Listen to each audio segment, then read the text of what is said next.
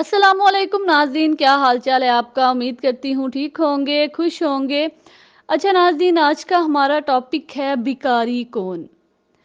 تو سب سے پہلے ہم اپنے ملک کی بات کر لیتے ہیں، جس ملک کا پرائم منسٹر جو ہے وہ دوسرے ملکوں میں جا کے مانگتا ہے اور پھر ان کو بعد میں ساتھ ساتھ یہ بھی کہتا ہے کہ میں مانگنے نہیں آیا، میں مانگنے نہیں آیا۔ تو اس ملک کی جو عوام ہے وہ کس حال میں ہوگی؟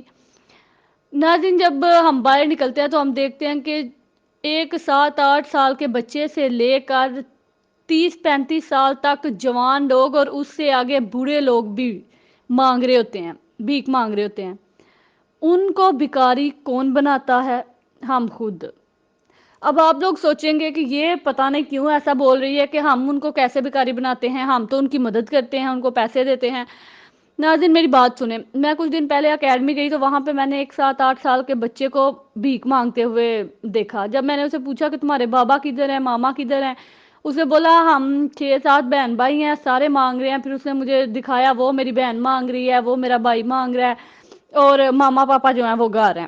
تو بہت افسوس کی بات ہے، دیکھیں اگر اس بچے کو میں نے 50 دیے، کسی اور نے 100 دیا، کسی اور نے 10 دیے، ایسے اس کو ہم نے پیسے دے دیے، اس نے جا کے گھر اپنے باپ کو دیے۔ اگر اس کا باپ جوا کھیلتا ہوا تو وہ پیسے اس نے جوئے میں اڑا دیے، تو آپ نے کسی کی مدد نہیں کی بلکہ ناظرین آپ نے جوئے کو فروغ دیا ہے۔ تو انتہائی دکھ کی بات یہ ہے کہ ہم خود چھوٹے چھوٹے بچوں کو بھکاری بنا رہے ہیں۔ وہ بچہ جو ہے اس کے اسکول جانے کی عمر ہے، اس کے پڑھنے کی عمر ہے۔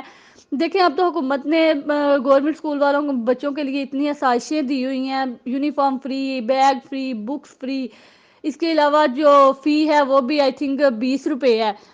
تو پھر بھی اگر آپ بچوں کو پڑھائیں گے نہیں اور ان کو چھوٹی عمر میں بھیک مانگنے پہ لگا دیں گے، دیکھیں اگر اس بچے نے، وہ 7-8 سال کا بچہ جو تھا، اگر اس نے 70 سال کی زندگی گزارنی ہے تو 60 سال کے لیے آپ نے اسے بھکاری بنا دیا ہے۔ تو اس میں غلط ہم لوگ ہیں۔ خدارا سوچا کریں، دیکھیں جو بھیک دینا، امداد کرنا، کسی کی نہ کسی کی امداد کرنا صدقہ ہے، لیکن خدارا امداد اس کی کریں جو اس کا حقدار ہو۔ دیکھیں میں نے دیکھا کہ سڑکوں کے اوپر نہ لڑکیاں، جوان لڑکیاں ہوتی ہیں، انہوں نے ہاتھ میں کاغذ پکڑے ہوتے ہیں جی، اوپر لکھا ہوتا ہے میرے باپ کو کینسر ہے، میرے بھائی کو یہ ہے، میرا کوئی نہیں ہے۔ کسی نے پیج پکڑا ہوتا ہے، اوپر لکھا ہوتا ہے ہم 5 بہنیں ہیں، ہمارا کوئی نہیں سہارا، ہماری امداد کرے۔ بندہ اسے پوچھے تم کسی کے گھر کام کر کے پیسے کما لو، عزت کی روٹی تو ملے گی نا۔ اس طرح بھیک مانگنے سے ان کو پتہ ہے کہ یہ آرام سے ہم نے ادھر آ کے کھڑے ہو جانے، ہمیں پیسے مل جانے ہیں، ان کو کام کرنے کی کیا ضرورت ہے؟ تو اس میں قصور ہمارا خود کا ہے۔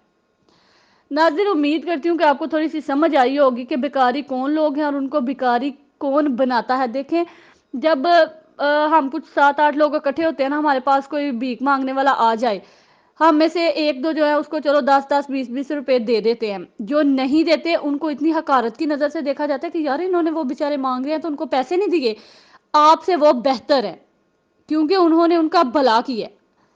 جب ہم ہر کسی کو پیسے دے دو، وہ بچہ مجھے کہتا ہے مجھے 100 روپیہ دے دو، میں نے کہا ٹھیک ہے تمہیں 100 روپیہ دے دیتی ہوں، پھر اس کے بعد تم نے ادھر نہیں آنا، تم گھر چلے جاؤ، جا کے اسٹڈی کرو۔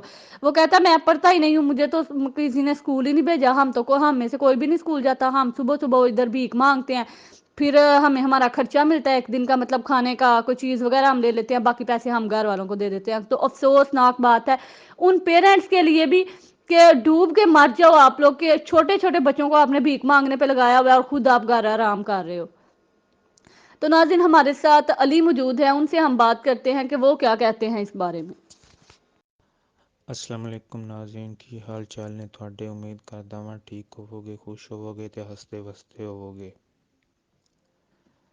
تو ناظرین آج کا ہمارا ٹاپک بھکاری کون ہے۔ ناظرین بھکاری ایک مجبوری نہیں اور نہ ہی یہ ایک معذوری ہے، بلکہ ایک ایسی تنظیم ہے جو مذہب معاشرے کے جسم پر برس کردہ ہے۔ ناظرین بھکاری ایک ایسی لعنت ہے جسے بہرکیف ختم ہونا چاہیے۔ اس کے لیے سخت قوانین کی ضرورت ہے۔ اگر اس ایک لعنت کو ختم کر دیا جائے تو اس سے پھوٹنے والی بہت سی برائیاں خود بخود دم توڑ دیں گی۔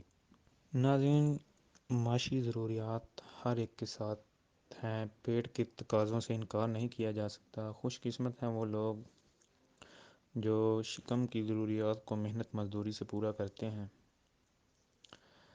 اور ناظرین، غریب ہونا جرم نہیں ہے، اپنے آپ کو دوسروں کا محتاج بنانا بہت بڑا جرم ہے۔ ناظرین، بے روزگاری ایک عالمی مسئلہ ہے۔ امریکہ، برطانیہ، فرانس اور جرمنی جیسے امیر اور ترقی یافتہ ممالک میں بھی بے روزگاری پائی جاتی ہے، اور ایشیائی ممالک میں بے روزگاری بہت زیادہ ہے۔ ناظرین، ہمارے ملک میں 3 قسم کے بھکاری پائے جاتے ہیں۔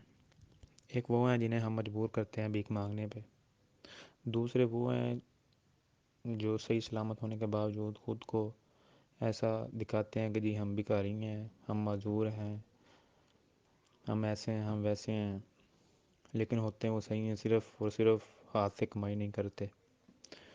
اور تیسرے نمبر پر وہ ہیں جو حقدار بھی ہوتے ہیں، معذور ہوتے ہیں۔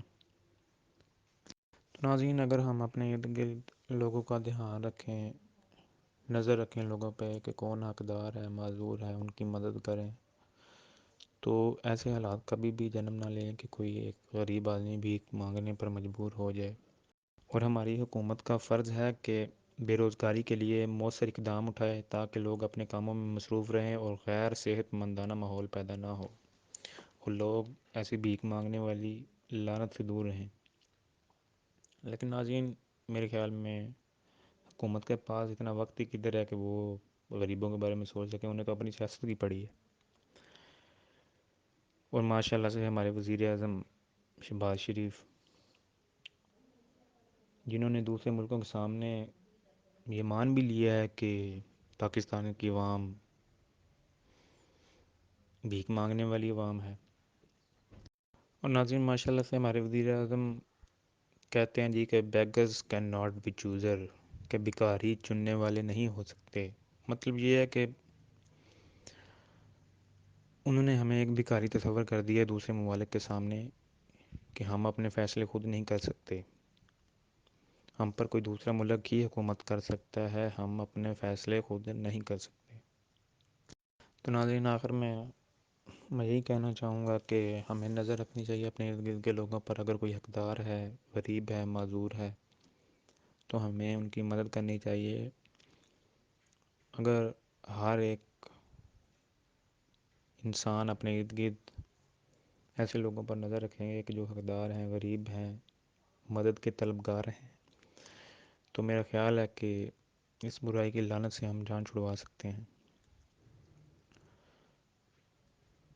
تو ناظرین، مجھے دیجیے اجازت۔ اللہ حافظ۔ جی ناظرین، آپ نے علی کی بات سنی، آئی ہوپ کہ آپ کو کچھ عقل آئی ہوگی۔ ٹھیک ہے، ہمیں دیجیے اجازت، اپنا خیال رکھیے گا، اللہ حافظ۔